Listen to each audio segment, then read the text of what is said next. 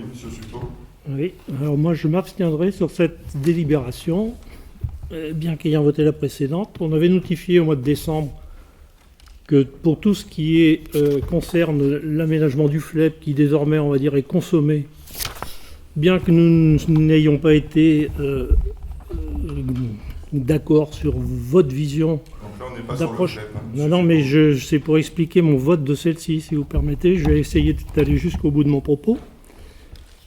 Donc, nous avions expliqué au mois de décembre que nous voterions désormais les avenants des différents marchés qui nous seraient présentés concernant le local du FLEP, dans la mesure où, d'accord ou pas d'accord, il faut donner à ceux qui l'occupent désormais les moyens de l'habiter. Pour ces deux bâtiments E et F, et la plus-value qui concernant les travaux de désamiantage qui apparaissent, il y a deux raisons qui, moi, personnellement, me font abstenir.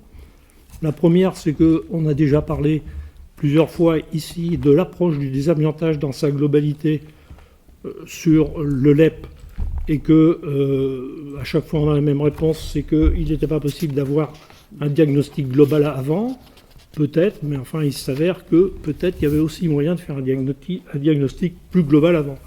Puis la deuxième raison, ça va en complément de ce que je viens de dire par rapport au bâtiment A.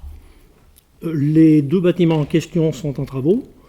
Il y en a un notamment qui a mission d'accueillir l'ALSH. Et précisément, nous ne sommes pas plus d'accord aujourd'hui pour le transfert de l'ALSH sur ce site que nous ne l'étions avant.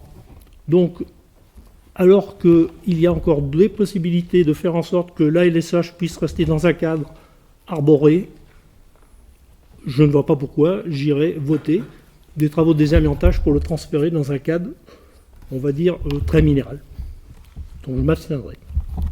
Donc une abstention. Non, deux.